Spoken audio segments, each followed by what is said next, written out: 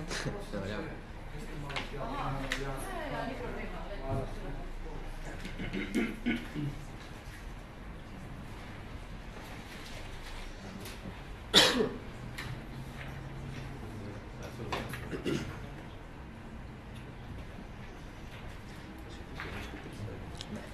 sem te nekaj še biti več. To je od 7 od 15. Isto kaj presentivne tehnologije. Se mi ne zdi smiselno.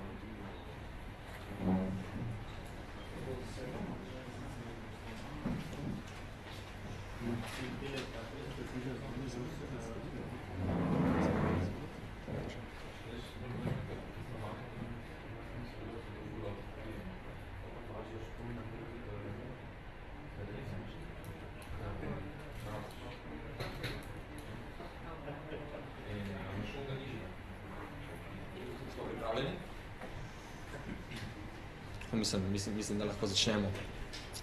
Najprej en lep pozdrav vsem udeležencem na današnji predstavitvi raziskave transparentnost financiranja političnih strank in pa volilnih kampanj. Moje ime je Vidorja, sem generalni sekretar Transparency International Slovenija, Društva Integriteta. Na moji levi je glavni raziskovalec te raziskave in pa tega poročila dr. Damjan Lajk z Fakultete za družbene vede Univerze v Ljubljani. Pozdrav tudi vsem udeležencem, ki nas spremljajo preko prenosa v živo, preko spletnega portala. Naj se na tem mestu najlepše zahvalim tistemu, brez katerega tega poročila ne bi bilo in tistemu, ki je omogočil izvedbo tega projekta, to je Open Society Foundations, ki je ta projekt seveda tudi podprl. Najlepša hvala tudi organizaciji v živo, ki brezplačno prenaša ta prenos in omogoča spremljanje v živo tega dogodka kjerkoli na svetu.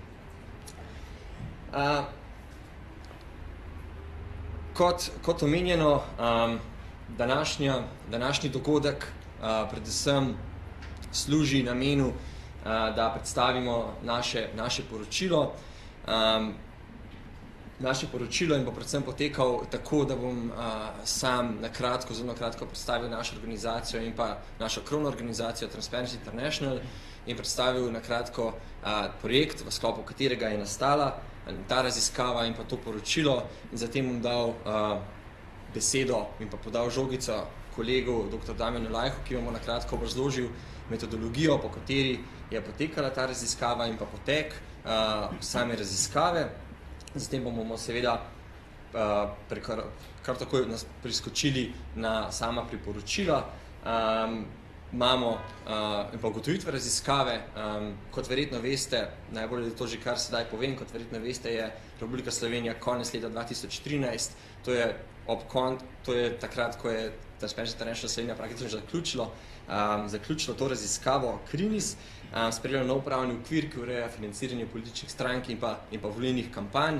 Ravno zato, kot lahko vidite, tudi v teh poročilih je to poročilo sestavljeno iz dveh delov, in sicer iz raziskave CRINIS, ki se nanaša na ugotavljanje stanja in pa implementacijo zakonodaje, ki je bila v veljavi pred letom 2014, ko je stopila v veljavo nova zakonodaja. Kot drugo se pa nanaša, drug del poročila se pa nanaša na dodatno analizo, ki smo jo izvedli v Transparency International Slovenija, in sicer smo novo zakonodajo, novo regulacijo nekako dodatno analizirali na podlagi mednarodnih standardov in pa dobrih praks tistih držav, ki imajo podobno regulacijo. Tako, če kar začnemo, Transparency International Slovenija, Društvo Integriteta je nepolitična, nevladna in pa neprofitna organizacija, ki je polnopravna članica Transparency International. Naš namen je vzpostavljanje integritete, odgovornosti, transparentnosti in pa seveda preprečevanja korupcije v družbi. Smo, kot rečeno, polnopravni član Transparency International, ki je največja nevladna organizacija za boj proti korupciji na svetu. Lansko leto je praznovala 20. obletnico, ima čez 100 nacionalnih podružnic po svetu in je vodilna nevladna organizacija iz tega področja. Poročilo, zaradi katerega smo se danes tukaj izbrali, je v bistvu produkt projekta Osvetljevanje denarja v politiki oziroma Shining a Light on Money in Politics. Transparency International Slovenija se je odločilo za izvedbo tega projekta in pa te raziskave, predvsem zaradi že identificiranih v preteklosti, že identificiranih pomanjkljivosti na področju financiranja političnih strank in pa volilnih kampanj, ter prav tako tudi zaradi pomanjkanja integritete in pa odgovornosti pri nosilcih moči, odločevalcih, funkcionarjih in pa seveda tudi političnih strankah. Velik del tega je tudi botrovalo slabo mnenje javnosti o sami demokraciji in pa samih političnih strankah. Seveda to velja ne samo za Slovenijo, ampak celotno Evropsko unijo, in verjamemo, da ta projekt sigurno predstavlja nek doprinos k povečanju zaupanja javnosti. Kot omenjeno, projekt je podprla fundacija Open Society Foundations. Projekt traja nekje 23 oziroma 24 mesecev od lanskega januarja. Se pravi, smo nekje na 3/4 projekta in celoten budžet projekta pa znaša 100,000 ameriških dolarjev. Kot rečeno, je sam namen projekta povečati zaupanje javnosti v demokracijo in pa politične stranke skozi vzpodbujanje preglednosti in pa odgovornosti pri financiranju političnih strank in pa volilnih kampanj. Prav zaradi tega, ker je Republika Slovenija sprejela nov pravni okvir, pa je cilj te raziskave in pa samega poročila predvsem ozaveščanje javnosti o tej problematiki in pa spodbujati širšo javno razpravo o političnem financiranju tako na zakonodajni ravni kot tudi v praksi, predvsem zaradi tega, ker smo tudi skozi raziskavo ugotovili, da je politični prostor oziroma da je veliko premalo govora o tej pereči temi. Skozi ključne aktivnosti v zadnjem letu in pol je Transparency International Slovenija, Društvo Integriteta, izvedlo precejšnje število nekih aktivnosti, če tudi odmislimo samo izvedbo raziskave. Večina seveda aktivnosti pade v dva sklopa, in sicer na področje raziskave in pa na področje zagovorništva oziroma tako imenovanega advocacyja. V sklopu raziskave smo izvedli prvi in pa drugi strokovni posvet, kjer smo skupaj z deležniki poskušali oblikovati razumevanje trenutnega stanja, financiranja političnih strank in pa volilnih kampanj, medtem ko je ta drugi strokovni posvet tudi služil nekako kot neka dodatna evalvacija. Zdaj, kot tudi lahko vidite v poročilu, je sama priprava tega poročila praktično trajala kar pol leta, zato je več razlogov. Eden izmed najpomembnejših je tudi ta, da je šlo poročilo skozi kar nekaj stopenj evalvacije, tudi zunanje v tujino, če smo bolj natančni, skozi 2 stopnji tuje evalvacije in tudi skozi notranjo evalvacijo in tudi skozi evalvacijo v Sloveniji. Kot lahko vidite, smo v tej raziskovalni fazi in pa kot tudi dr. Lajh pri predstavitvi metodologije povedal je, smo zagotovili kar se da veliko število vključenosti deležnikov, ki so seveda s svojimi komentarji tudi pripomogli k tem poročilu. Nekatera so bila vključena, nekatera pač ne. To je seveda odvisno od samih priporočil. Kot omenjeno, naj seveda dodatno poudarim, da je Republika Slovenija sprejela nov pravni okvir, ki ureja področje financiranja političnih strank in pa volilnih kampanj. Ravno zato se je Transparency International Slovenija aktivno vključilo v spremljanje stanja in pa posredovanja samih priporočil že v samem pripravi nove zakonodaje, kolikor bi bila ta sprejeta in kolikor je bila sprejeta. Takoj zatem, ko je Ministrstvo za notranje zadeve takrat tudi izpostavilo namen, da želi zakon o političnih strankah in pa zakon o volilni pa referendumski kampanji tudi spremeniti.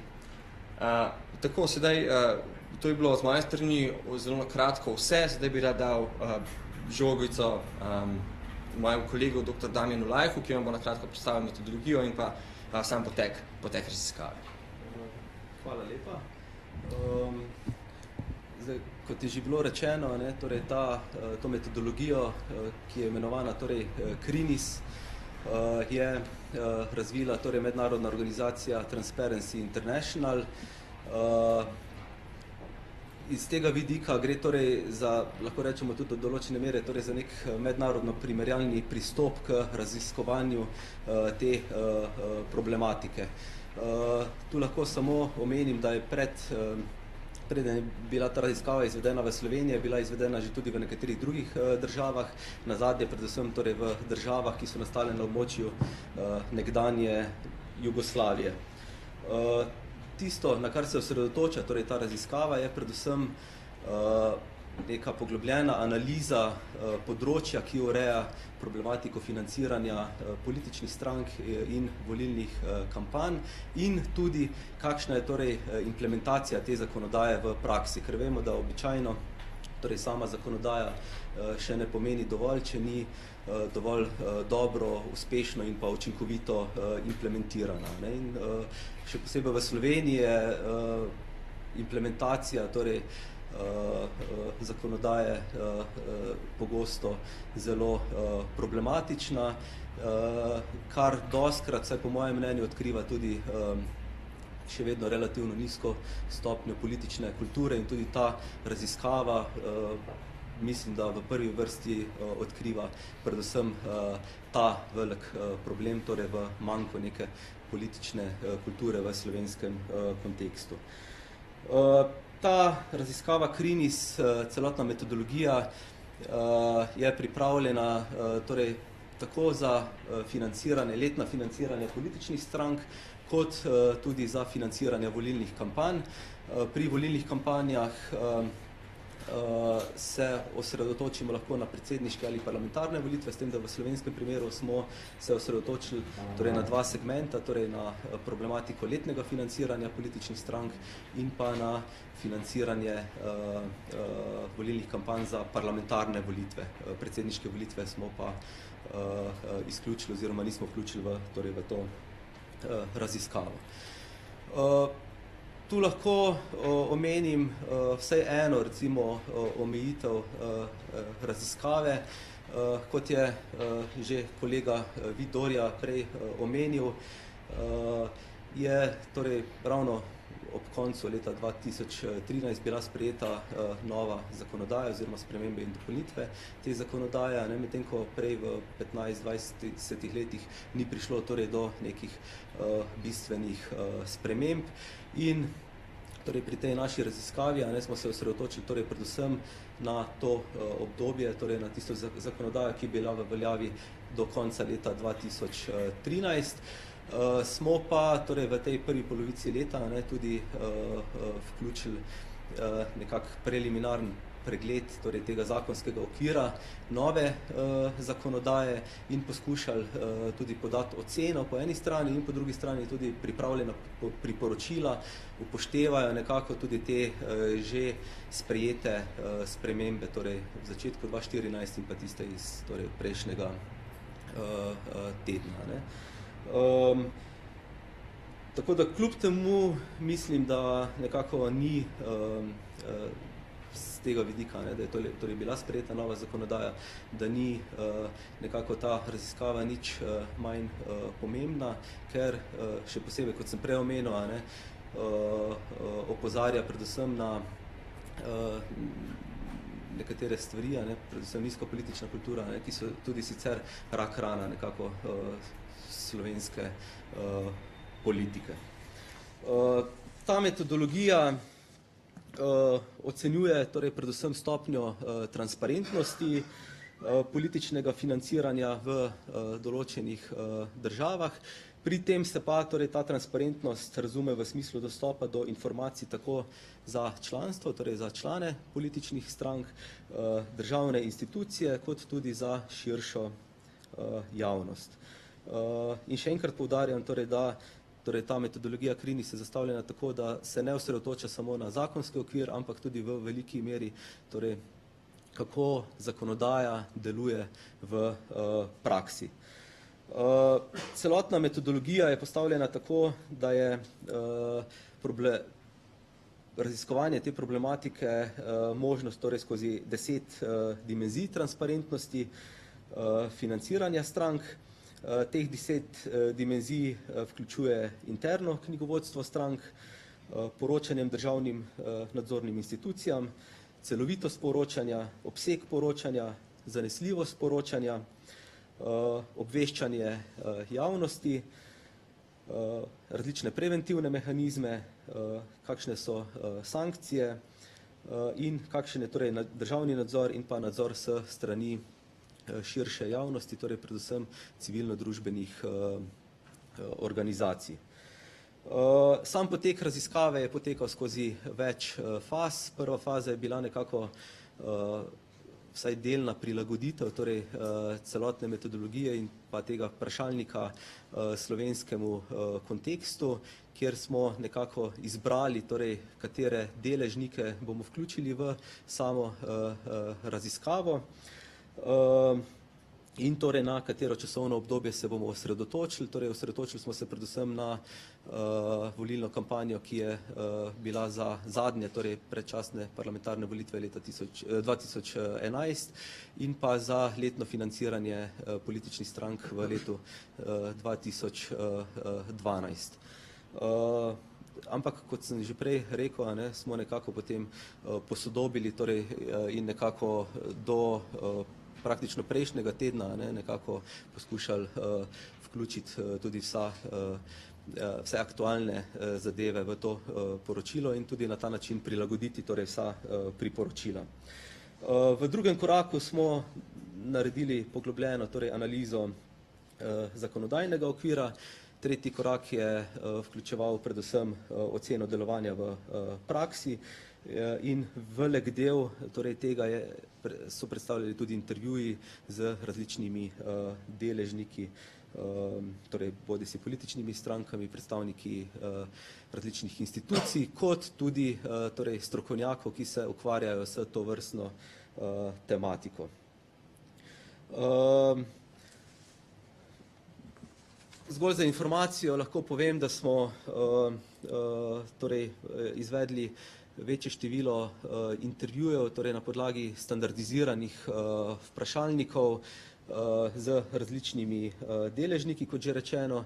Največji del so predstavljali predstavniki političnih strank. Tu smo imeli predvidene predstavnike vseh parlamentarnih političnih strank, torej v tem zadnjem sklicu državnega zbora in vključili smo tudi 2 neparlamentarni politični stranki, kjer je bil nekako kriterij, da so dobili na volitvah vsaj 1% glasov in nekako, da je ena torej stranka za daljšo tradicijo, ki ni se uspela uvrstiti v parlament, in druga relativno nova, recimo, stranka, torej Stranka za trajnostni razvoj Slovenije in pa Liberalna demokracija Slovenije, plus torej 7 parlamentarnih političnih strank.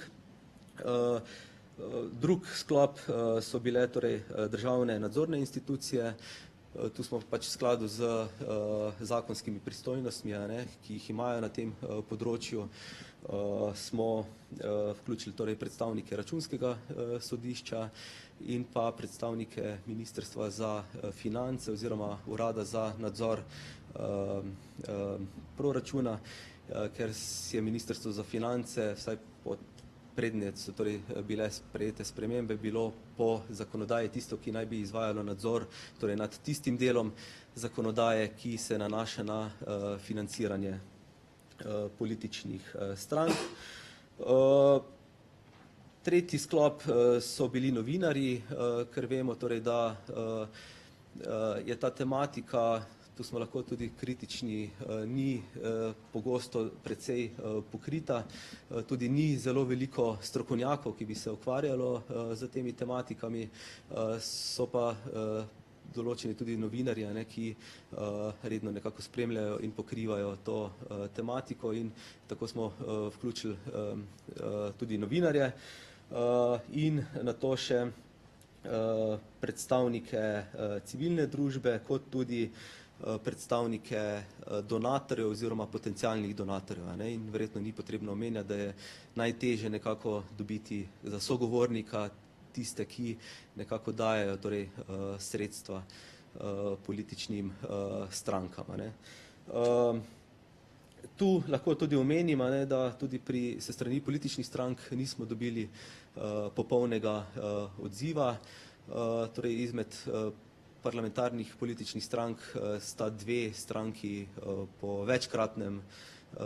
večkratnih prošnjah nekako zavrnili sodelovanje in to je tudi napisano poročilo. Ena je bila torej Slovenska demokratska stranka, druga pa Demokratična stranka upokojencev Slovenije. Kako smo ocenjevali torej delovanje te zakonodaje v praksi? Torej z različnimi testi dostopov do informacij. En sklop je vključeval tako imenovane field teste oziroma praktične preizkuse dostopa do informacij se strani državljanom. Tu v tem segmentu smo merili torej možnost dostopa se strani državljanov do različnih informacij, ki so vezane na to tematiko in tu smo nekako izbrali v skladu z metodologijo 7, da tako rečem, navadnih državljanov, 5 študentov in pa 3 novinarjev, pri čemer smo torej upoštevali različne starostne skupine, različno stopnjo izobrazbe in spol. Tako da te osebe so poslale na različne načine, torej bodisi po elektronski pošti, s klasičnim pismom, torej določeno prošnjo za neko informacijo različnim deležnikom, tako političnim strankam, nadzornim institucijam in tako dalje, in so zaprosile torej za informacijo o določenih podatkih in imeli smo 7 dni časa, torej, da dobijo nek odgovor. Niso pa povedali, da sodelujejo torej v tej raziskavi. Drug segment so bila pa pisma s prošnjo po informaciji se strani raziskovalne skupine, to pa pomeni, da smo raziskovalci poslali neko uradno prošnjo, da sodelujemo torej pri tem in tem projektu in jih zaprosili torej za določene informacije, pri čemer so torej različni deležniki imeli 60 dni časa za posredovanje odgovorov. Mogoče za konec, če samo povem, da na podlagi torej te raziskave smo izračunali tudi tako imenovani Krinis indeks. Ta je izračunan na podlagi različnih kazalnikov znotraj prej omenjenih 10 dimenzij problematike financiranja političnih strank in te ocene kazalnikov so bile podane na podlagi analize normativne ureditve, izvedenih intervjujev z deležniki in terenskih preizkusov. Tako da na podlagi vseh zbranih podatkov smo torej s pomočjo metodologije Transparency Internationala bili sposobni torej izračunati torej ta indeks Krinis, ker ocena 0 do 3,33 pomeni nezadostno, od 3,4 do 6,7 povprečno in od 6,8 do 10 zadovoljivo. Več torej o samih ugotovitvah, tudi kolikšen je torej ta indeks Krinis za Slovenijo, pa bo torej kolega Vidorja v nadaljevanju predstavil. Tako, najlepša hvala. za predstavitev te metodologije. Preden preidemo na same ugotovitve Krinis raziskave, naj samo še enkrat poudarim, da bo predstavitev potekala v dveh delih, in sicer predstavitev rezultatov in pa ocene analize zakonodaje Krinis, ki je bila narejena na podlagi prejšnje, ne več veljavne zakonodaje, in v drugi točki je predstavitev priporočil, ki pa so osnovane na podlagi dodatne analize že nove zakonodaje, ki je bila narejena na podlagi mednarodnih standardov transparentnosti in pa na podlagi dobrih praks drugih držav. Če samo pogledamo skupni indeks Krinis, glede transparentnosti financiranja volilnih kampanj in pa financiranja političnih strank v Sloveniji, ta znaša 4,7 od maksimalne ocene 10 in je po mednarodni metodologiji ocenjen kot povprečen. Sama raziskava je ugotovila izjemno resne težave s transparentnostjo pri poslovanju političnih strank in pa volilnih kampanj, in pa tudi izpostavili nekatere pomisleke glede ureditve nadzora financiranja političnih strank in pa volilnih kampanj. Prav tako se je za resno oviro izkazal pravni predpis, ki prepoveduje oziroma ki preprečuje popolno transparentnost pri razkrivanju donatorjev in pa višine donacij političnim strankam in pa organizatorjem volilnih kampanj. Če pogledamo, katere dimenzije so bile ocenjene najslabše, to velja za sankcije, ki predstavljajo najšibkejšo dimenzijo političnega financiranja v Sloveniji.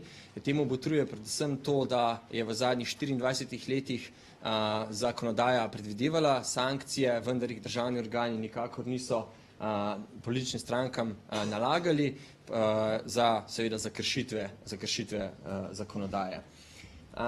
Prav tako sta drugi šibki in problematični dimenziji, ki sta ocenjeni kot nezadovoljivi, preventivni ukrepi in pa globina poročanja, kot omenjeno slednja predvsem zaradi tega, ker v popolnosti ne dovoljuje ni dovoljevala razkrivanje vseh donatorjev, kar se delno nanaša tudi na še vedno sedaj veljavno zakonodajo. Če naredimo samo korak nazaj in ponovno pogledamo to skupno oceno Krinis, lahko ugotovimo, da je Slovenija praktično v zadnjih 24 letih iz leta v leto dosegala zelo slab rezultat z vidika transparentnosti financiranja političnih strank in pa volilnih kampanj. Če to nekako pretvorimo in pa pogledamo skozi neko študentsko perspektivo in pa pogledamo skozi drugačne oči, lahko vidimo, da vsak študent, ki hoče opraviti izpit na fakulteti, potrebuje vsaj 60 ali pa vsaj 50%, da opravi nek izpit. V tem primeru lahko ugotovimo, da Republika Slovenija oziroma zakonodaja nikakor ni dosegala pozitivne ocene. Mi lahko ugotovimo, da je milo rečeno ta zakonodaja in pa ta implementacija bila izredno slaba. In lahko samo predstavljamo, kako se je to reflektiralo v praksi in kako so se politične stranke in pa kako so se volilne kampanje dejansko financirale, če imamo seveda če smo imeli tako slabo zakonodajo in pa seveda tudi prakso. In že smo pri v bistvu drugi točki, ki se navezuje na sama priporočila. Kot je menjeno, je Transparency International Slovenija že v sami pripravi zakonodaje predstavila priporočila in moramo omeniti, da z Ministrstvom za notranje zadeve sodelovalo izjemno solidno. Nekatera priporočila so bila uspešno implementirana v novo zakonodajo, nekatera pač ne. Mi smo ta novi zakonodajni okvir, ki je bil sprejet konec leta 2013 in pa vpeljan in pa izvajan v začetku leta 2014 in vključuje tudi zadnje spremembe zakonodaje, ki so se zgodile v juniju 2014, se pravi prejšnji teden, nekako analizirani na podlagi mednarodnih standardov in pa dobrih praks in nekako na podlagi tega smo mi pripravili 10 priporočil, ki so med sabo povezana in nekako tvorijo nek celostni pristop za ureditev financiranja političnih strank in pa volilnih kampanj. Če gremo takoj na prvo priporočilo. Prvo priporočilo se seveda nanaša na že ugotovljene pomanjkljivosti krinis raziskave in sicer na izjemno pomanjkanje izvajanja oziroma izrekanja sankcij za kršenje zakonodaje. Zato je izjemno pomembno, da se tudi v praksi strože izvajajo sankcije in da državni organi sledijo zakonodaji in te sankcije začnejo tudi izvajati. Drugo priporočilo se nanaša na popolno prepoved financiranja političnih strank in volilnih kampanj od pravnih oseb, ki je bila vpeljana z novo zakonodajo. Mi menimo, da to ni najboljša, da to mogoče ni najbolj primerna rešitev in ima do neke mere lahko tudi nasprotujoče si učinke.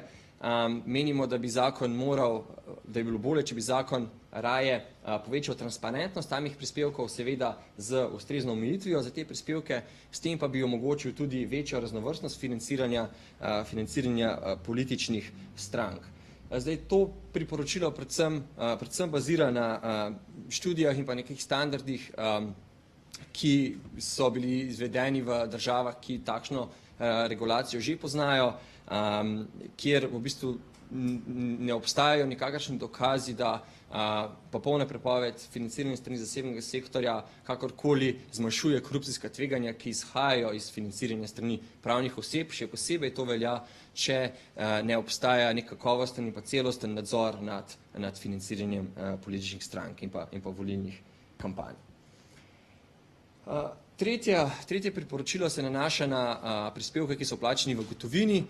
Mi smo mnenja, da bi zakonodaja morala popolnoma prepovedati financiranje skozi oziroma v gotovini. Dovoljeni bi morali biti le prispevki preko bančnih računov. To priporočilo predvsem sloni na tem, da je sledljivost denarja veliko manjša, ukolikor se prispevki vplačajo seveda tudi v gotovini. Tukaj naj samo še dodam, da je Državni zbor prejšnji teden sprejel nove amandmaje na zakon o političnih strankah, kjer omogočajo, kjer so gotovinsko vplačevanje zvišali kar za 7-krat, in sicer iz 50 evrov na trenutno 420 evrov, kar se nam zdi izjemno nesprejemljivo in pa neodgovorno strani poslancev Državnega zbora, predvsem zaradi tega, ker so to storili tik pred volitvami, po eni strani in pa po drugi strani zato, ker je GRECO, skupina držav proti korupciji, pred parimi tedni poslalo vladi odzivno sporočilo o primernosti implementiranja njihovih priporočil v zakonodajo, ki so bile seveda sprejeta konec lanskega leta.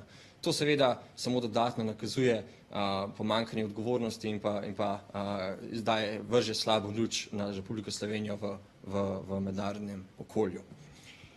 Četrto priporočilo se navezuje na izvajanje revizij strani Računskega sodišča. Trenutna zakonodaja omogoča oziroma zahteva od Računskega sodišča, da izvede tretjino, da v 4 letih izvede revizijo vseh političnih strank.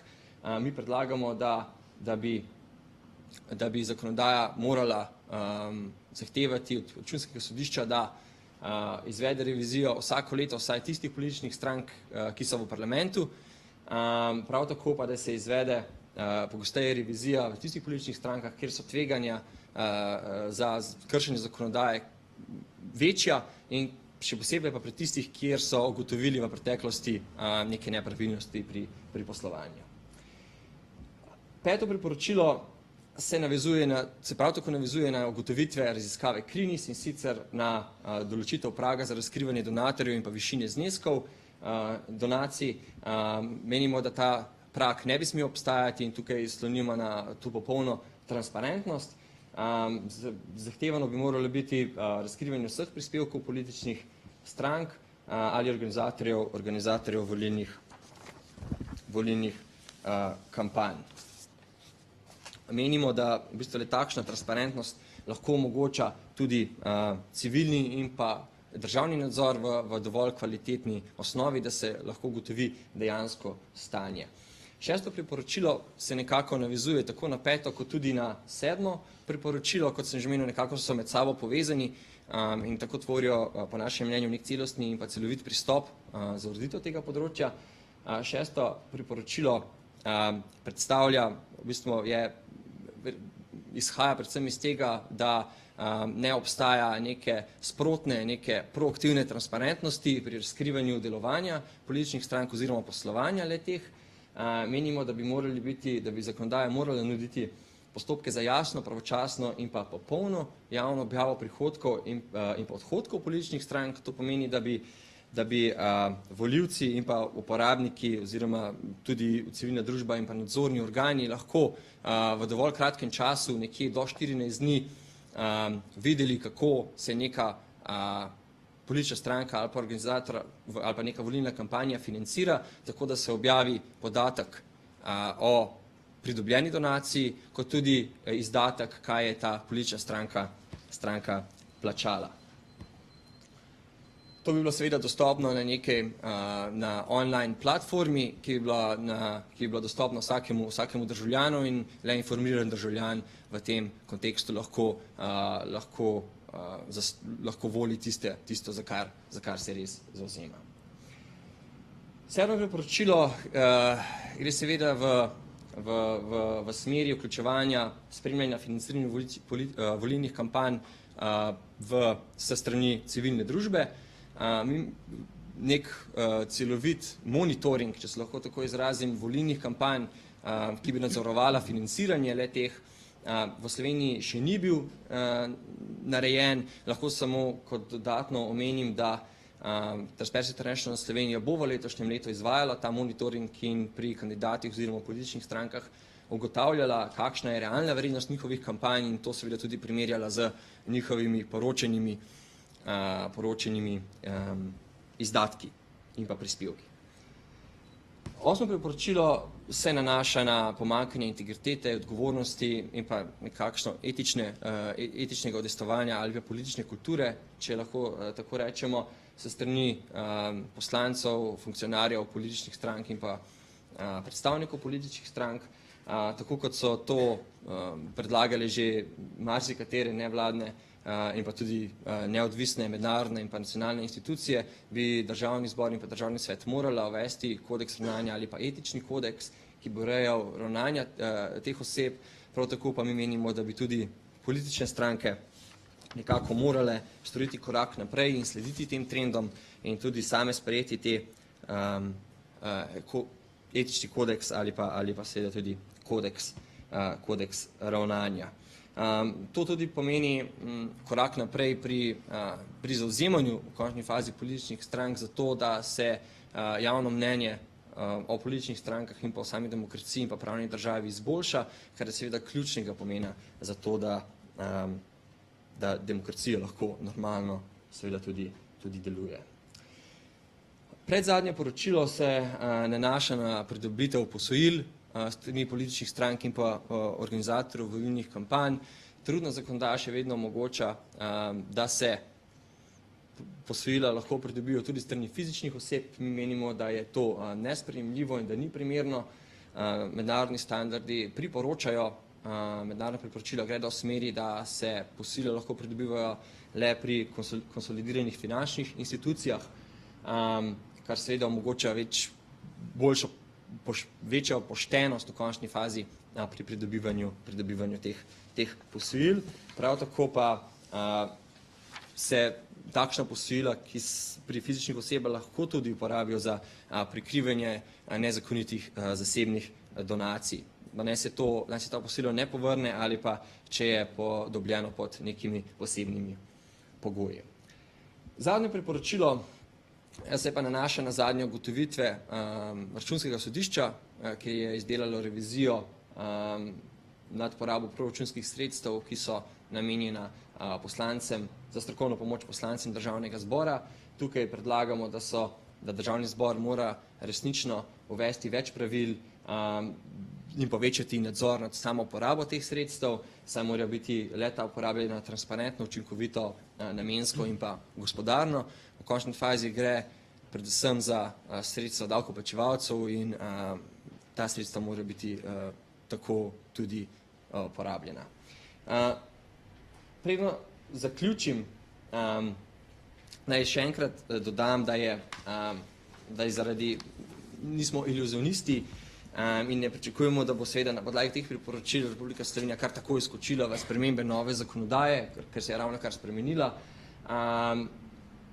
pa vendar ta priporočila predstavljajo nek celovit pristop, ki ga je potrebno imeti nekje v ozadju naše glave in dajo izjemno dobro osnovo za to, ko bomo v naslednjih letih oziroma v naslednjih volitvah spremljali, kako se trenutna zakonodaja implementira in videli, ali so ta poročila tudi v Republiki Sloveniji lahko uspešno implementirani ali so na mestu. Transparency International Slovenija, Društvo Integriteta verjame, da je temu tako. Prav tako pa naj omenim, da je ena izmed raziskav, kot tudi že dr. Lajh izpostavil, ena izmed ugotovitev te raziskave, predvsem to, da je tematika financiranja političnih strank in volilnih kampanj precej pomanjkljiva. Ravno zato želimo tudi s tem poročilom odpreti javni prostor in tudi v sklopu naslednjih dogodkov, ki bodo v naslednjih parih mesecih, sicer za javno razpravo in pa za neko delavnico, tudi poskušala zagotoviti. Tako, na naši spletni strani, ki je namenjena financiranju političnih strank in volilnih kampanj, sicer krinis.integriteta.si, lahko najdete tudi nekatere citate strokovnjakov iz različnih področij, ki so se opredelili do tega poročila. Dr. Jurij Toplak je tudi tukaj zato, da poda svoj komentar in bo ravno kar dobil svojo besedo. Samo še za zaključek, evo, to je naša spletna stran, pojdite si jo ogledati in seveda podati tudi svoje mnenje, ali je sprejemljiva, ali ni, ali vam všeč, ali seveda ne. Tako, najlepša hvala, to je za enkrat vse, sedaj bi pa preden dam besedo javnosti, dal besedo dr. Juriju Toplaku, da še on pove, da svoj komentar na poročilo in pa na raziskavo. Lahko se kar usedete tukaj. Hvala za vabilo na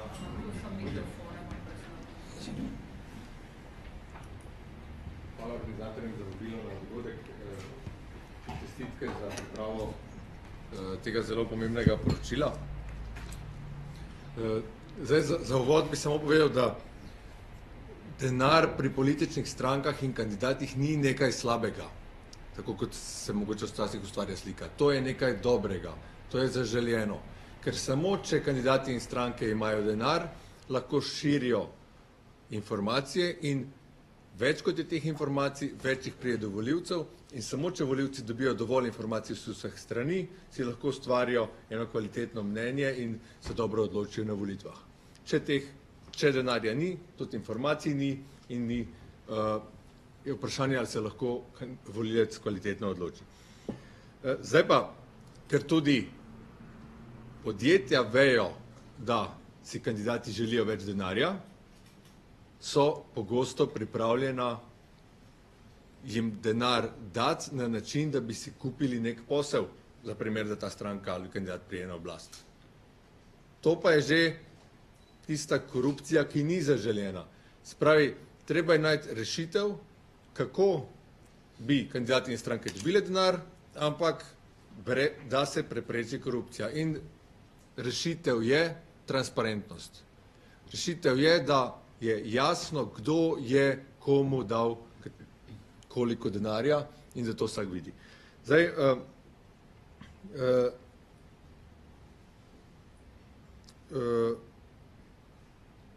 mednarodne organizacije so Slovenijo že večkrat ocenjevale, Transparency International, tudi s tem poročilom, GRECO, Svet Evrope, OVSE, vsi so ugotovili, da je Slovenija po tem poročilu ena povprečnih, kar je ena boljših ocen. Ponavadi je Slovenija ena najslabše ocenjenih držav. Za GRECO sem delal v enih 12 različnih državah, pa lahko tako malo primerjam. Slovenija je ena od, vsaj 2 leti nazaj je bila ena od 3 držav v Evropi samo, kjer v 20 letih ni bila ugotovljena nobena kršitev, ki bi jo sodišče ugotovilo. Ali to pomeni, da smo najboljši? Slovenija, Hrvaška, Srbija so bile te 3 države, zdaj so na Hrvaški pa Srbiji že dosti kaznovali. Ali pomeni, da smo mi najboljši, ali da je nekaj narobe, ker zakonodajo imamo, se pravi, da je nekaj narobe tam, kjer nihče ne želi kršiteljev kaznovati. Drugo, tako kot je bilo ugotovljeno tudi v tem poročilu pravilno, sankcije so prenizke. Z višino, to je ugotovila tudi, to so tudi vse mednarodne organizacije že prej ugotovile, z višino sankcije se pokaže, koliko je pomembno državi neko vprašanje. Če sankcioniramo eno žalitev, ne vem, nekomu na ulici nekdo nekoga z eno besedo mu reče prasec, kaj podobnega, in je kaznovan nekajkrat bolj kot tisti, ki na volitvah goljufa in z goljufijo osvoji volitve. Pol to pokaže, koliko je državi pomembno, katera od kršitev.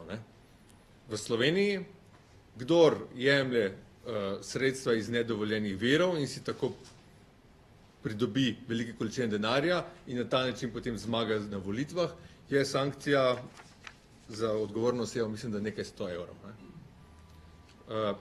Za blagajničarko, ki ne izda računa na slaščičarni, pa nekaj 10-krat več. Tu država pokaže, koliko je kjer vprašanje pomembno. Naslednja pomanjkljivost pa je tudi, da je v Sloveniji so kršitve, da v Sloveniji do transparentnosti po zakonu pride po volitvah. Kaj volivcu koristi, če dobi informacije od nekih strank, potem pa šele po volitvah zve, kdo je skozi to stranko govoril njemu. Katera podjetja, kateri posamezniki, katere organizacije so volivcu govorile. In še tretja ugotovitev, mogoče Slovenija poskuša doseči neko boljšo ureditev tega področja z omejitvami. Precej boljša rešitev je to, kar poudarja poročilo Transparency International, transparentnost, ne omejitve. Sedaj so omejitve v Sloveniji take, da so tako nizke, da je z njimi zelo težko izvesti eno kampanjo.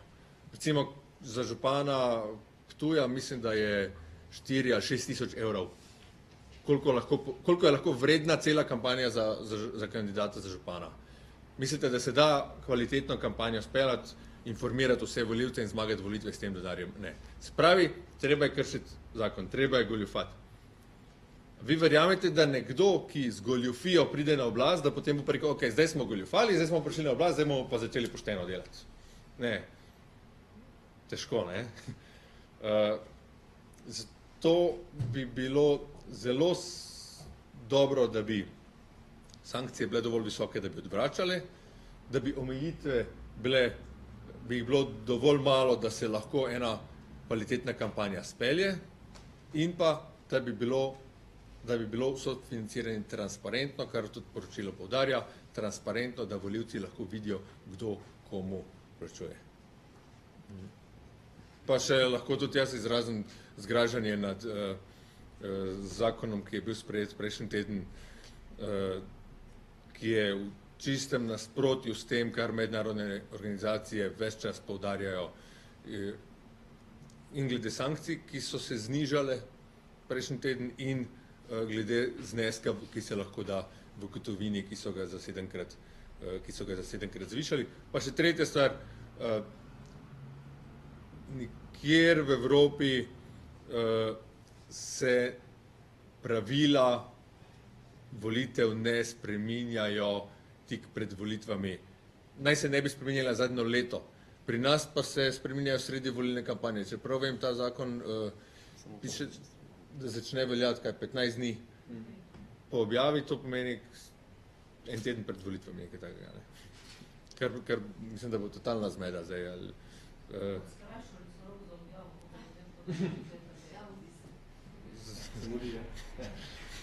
Spreminjaš se samo zakon o političnih strankah, medtem ko zakon o volilni kampanji pa ne. spravi tudi kontradiktornost med tema dvema zakonoma, ker tisti zakon še vedno omogoča gotovinsko financiranje v znesku do 50 evrov. Kandidatu. Stranki pa lahko 420, stranka pa lahko ta denar porabi tudi za volitve. Najlepša hvala, sem zaključil. Zdaj pa bi dal kar besedo javnosti, tega kar dvignite roko, pa besedo na dan. Mogoče zdaj, Saša Lubernomec, mogoče samo to, kar ste zdaj nekako nakazali, ne? Kaj te spremembe, kako se bojo zdaj odrazile na kampanjo, kaj prinašajo, oziroma ravno takšno sprejemanje zakonov NT praktično, kaj zdaj to pomeni, eno opozorilo volivcem? Mislim, da nihče ne ve, kaj bo to spremenilo, ker je to nek unikum, ki se dogaja, mislim, da lahko samo v Sloveniji.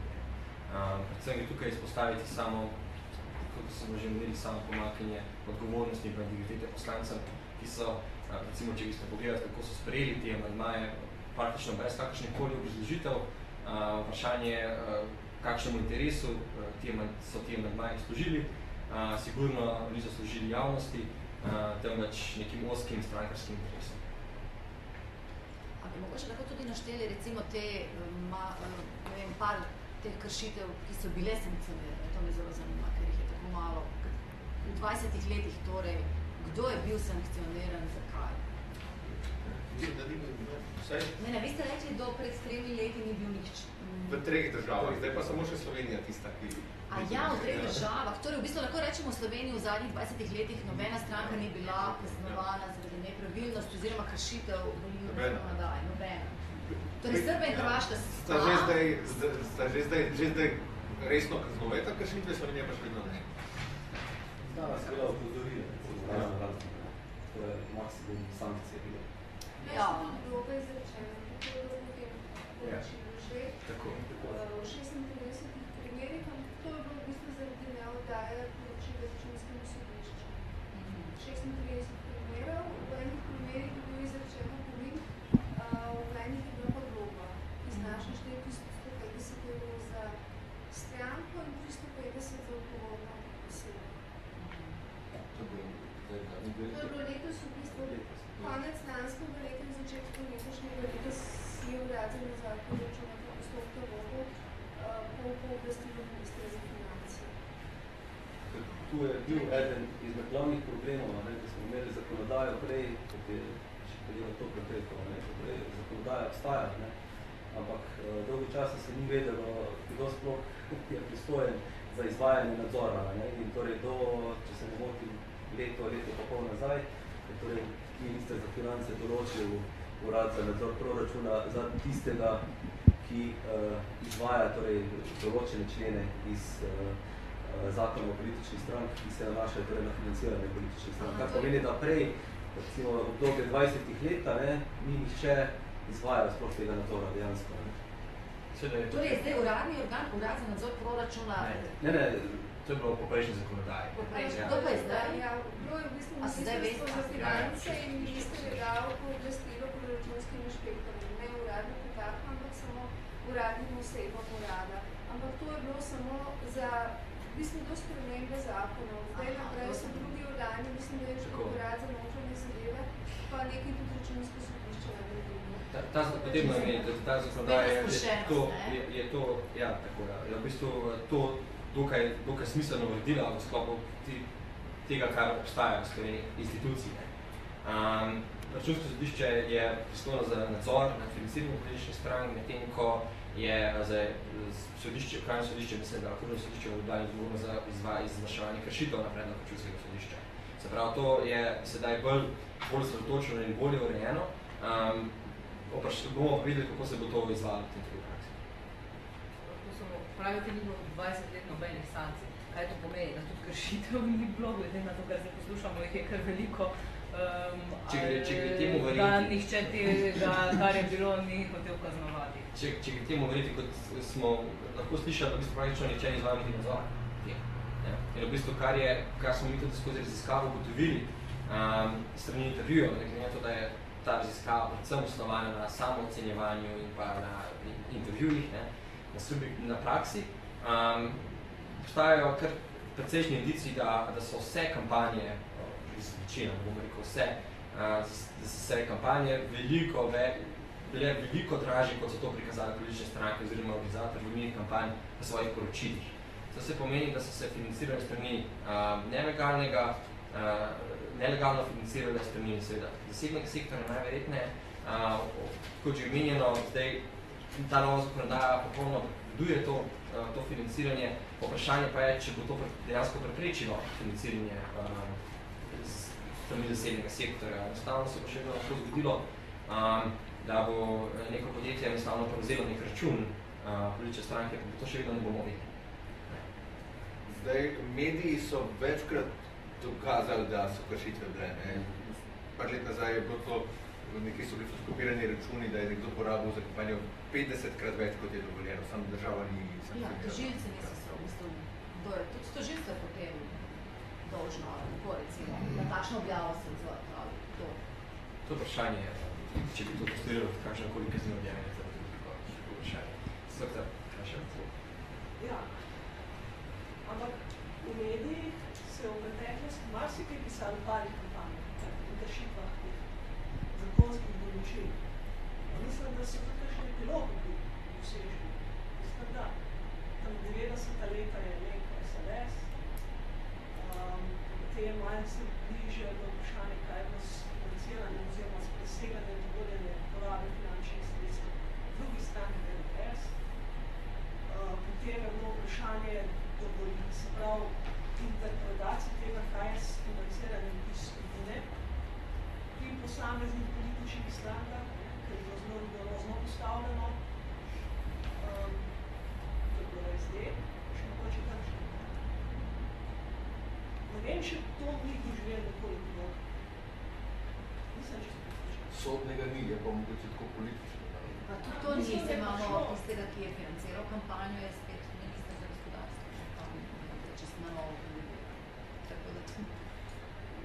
Ena dobra sankcija, ki jo v tujini imajo, recimo v Veliki Britaniji pa v Franciji, je, da tisti, ki z nekim dopingom ali pa s preveč denarja pride ali pa z goljufanjem pride do parlamenta, zgubi sedež v parlamentu. To imajo recimo v Franciji in v Veliki Britaniji. Tako kot pri športu, če z dopingom prideš do medalje, zgubiš medaljo. Je pa malo verjetno, da bi to spremljali. Kaj se vprašanje? Sem to si še želel dodati. Če pogledate, politične stranke se v marsičem ne strinjajo. So se pa zadnjih 20 let strinjale, da je ta zakonodaja dokaj komfortna za njih. Če je že prišlo do poskusa spreminjanja zakonodaje v preteklosti, se nič ni zgodilo. Tako da tu so zelo soglašale pri tem vprašanju. Mogoče samo še to, s kakšno obrazložitvijo sta Desus pa SDS se vrnili sodelovanje v vašem raziskovanju? V bistvu je bilo tako, da od SDS-a smo dobili zelo vljuden odgovor, da nam tokrat ne morejo zagotoviti nobenega primernega sogovornika, da se lahko vsak sam interpretira ta odgovor. Se strani Desusa pa je bila nekako, vsaj po mojem mnenju, izražena neka želja po sodelovanju, ampak so na koncu tudi prišli do ugotovitve, da nam ne morejo zagotoviti kompetentnega sogovornika za to tematiko. To so bili pač odgovor z njihove strani. Še kakšno vprašanje?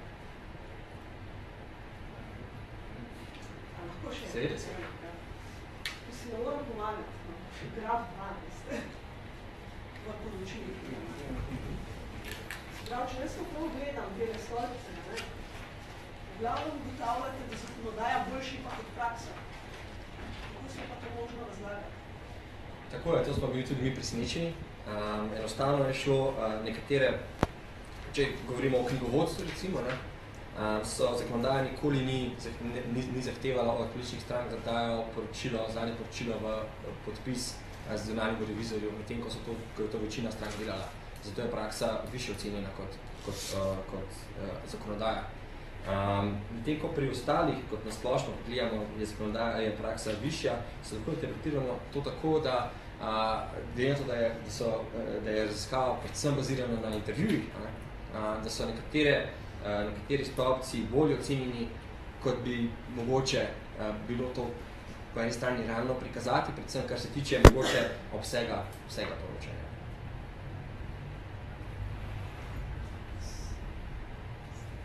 Pa jaz so že pri teh volitvah bile neke kršitve, ne? Mislim, da je enih par strank že letos, dvema tednoma zamudili rok za odprtje računa. Pa ne vem, če jih je kdo kaj izvesel, ki se je imel ali pa sprožil postopek. Lahko mogoče sam tlele, meni je bilo pojasnjeno strani notranjega ministrstva, da so letos dovolili izjemo zaradi čakanja na odločitev Ustavnega sodišča in izenačili z referendumsko kampanjo, se pravi 25 dni prej. Pred Ustavnim sodiščem je trenutno enih 150 zakonov, ne? A to pomeni, da jih ni treba spoštovati, zato ker so pred Ustavnim sodiščem, ne vem. Se strinjate to, ki je bila uradna pojasnitev ministrstva in DVK-ja? Še kakšno vprašanje? Če je to vse, potem najlepša hvala, da ste se odzvali na to predstavitev poročila. Boste dobili vsi sporočila za javnost in pa celotno poročilo v PDF dokumentu.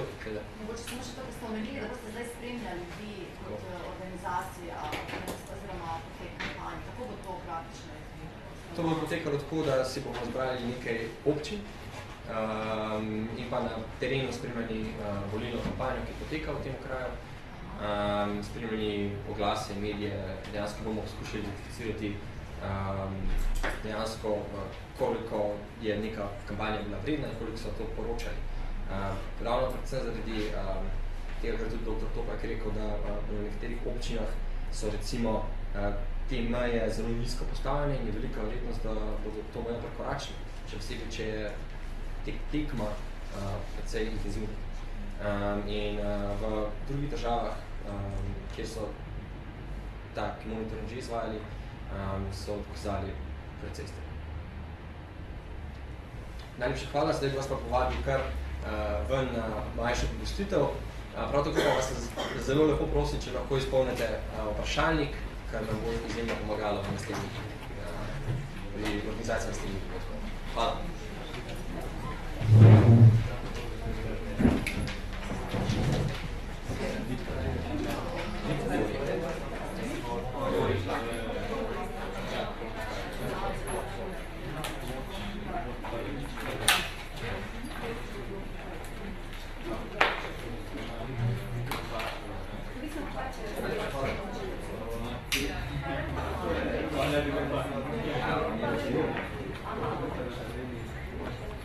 Mislim, da bo to vsem relevantno naslednjimi